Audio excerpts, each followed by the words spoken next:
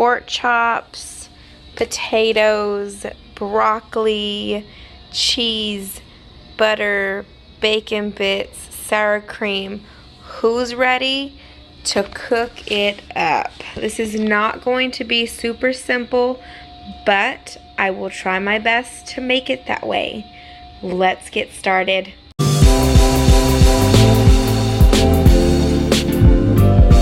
Got my broccoli here. I'm going to just take it apart, like just snap it apart. Sorry, I can't do it with one hand, guys. Sorry. I'm gonna snap it apart, put it in my pot here. Okay, took it all apart. I'm gonna go ahead and toss this in the trash. Alright, got all my broccoli in here. I'm just going to put some water in my pot. Okay, got my broccoli in here. I'm just going to add some butter. Okay, I put in about 2 tablespoons of butter, and as you can see, I do have my water in here filled all the way to the top.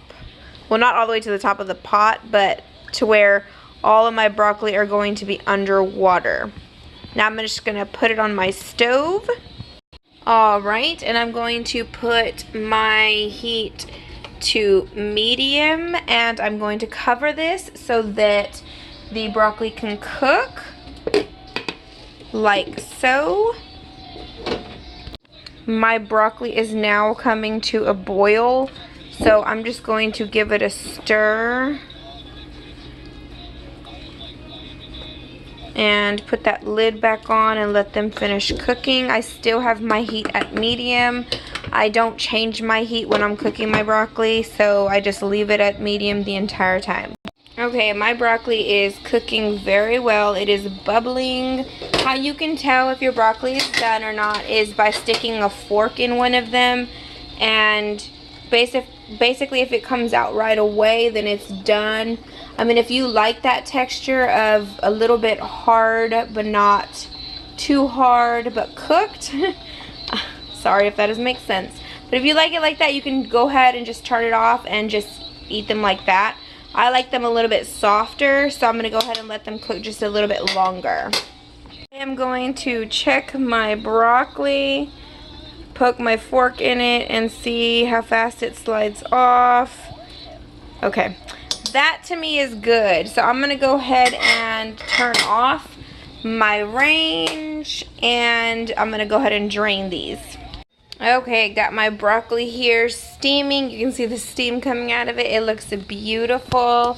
I'm going to go ahead and get my Mexican blend fine shredded cheese here and just put some cheese on top of my broccoli just so it can melt down, because we love some cheesy broccoli around here.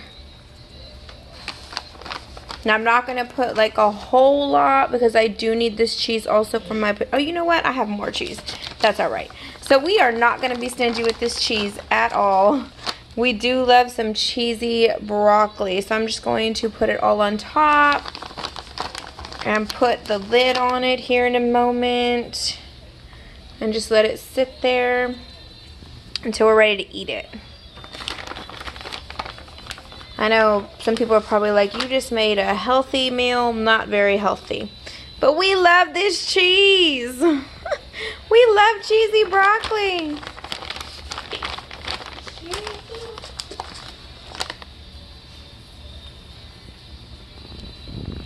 Got my potatoes here. I'm just going to peel them. Okay, got all my potatoes skinned and washed off. I just rinsed them with some water, and this should be enough for my family. You can kind of just estimate how many potatoes you need for yours.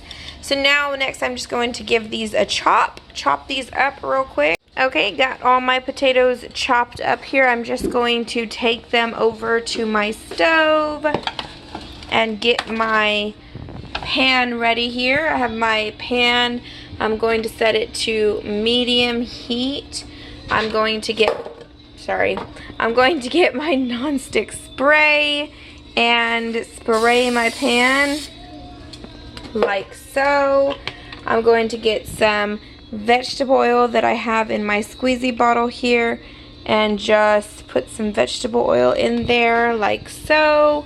and take my potatoes and dump them in my pan. Add some salt, just a bit. Just a bit. Add some pepper, just a bit.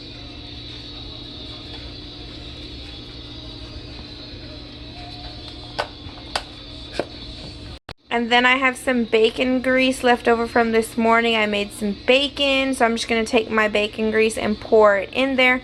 Today there's quite a bit in here, so I'm just going to pour it all on my potatoes and give them a stir. Normally I would put some onions in here too to cook with my potatoes, but I don't have any onions today. So if you have them, definitely throw them in. Today I do not, so I'm just going to let them cook. I'm going to get a lid and put my lid on my potatoes and just let them cook. Okay, I did give my potatoes a stir. I do stir them frequently because I don't want them to burn. I do like them a little bit toasted, but I do stir them frequently. Okay, my potatoes are done. I'm going to go ahead and turn them off. How I can tell my potatoes are done is because they're getting mushy like they are. And also you can just pick one up, it'll fall apart. So I'm going to go ahead and, well, I already turned that off. I'm going to go ahead and just let them sit there until we're ready to plate. Okay, got my pork chops here. I'm going to grab one by one, put them on a plate and season them all instead of as I'm going. So the seasoning that I'm going to be using is this seasoning right here. I'm just going to be seasoning up these pork, oh my god, sorry. Okay, going to be seasoning up these pork chops, flipping it, and I'm going to finish off the rest of my pork chops. Okay, got my last pork chops seasoned. I have them all on my plate. I'm going to wash my hands real quick. Okay, got my pan here for my pork chops. I'm just going to turn my range on medium and get my nonstick spray and spray my pan and get some of my oil that's in my squeezy bottle and put some oil in there and plop the first one on there. I can probably fit two.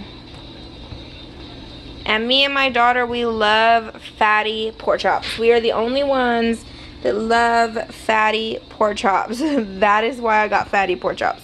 There is some better pork chops in there that don't have so much fat. But we love the fatty ones. Yum. I just flipped over my pork chops and they look great already. I did cover them. Okay, my first two pork chops are done. I cooked them about 8 minutes total, so 4 on one side and 4 on the other side. And here they are. They look lovely.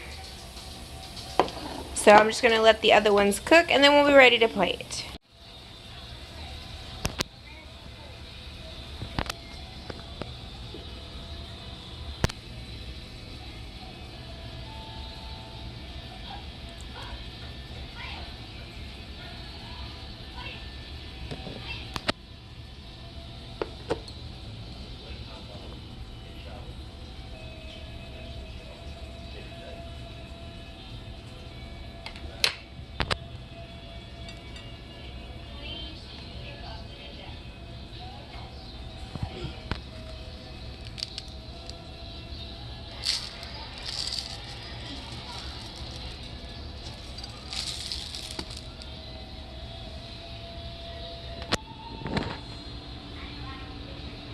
All done.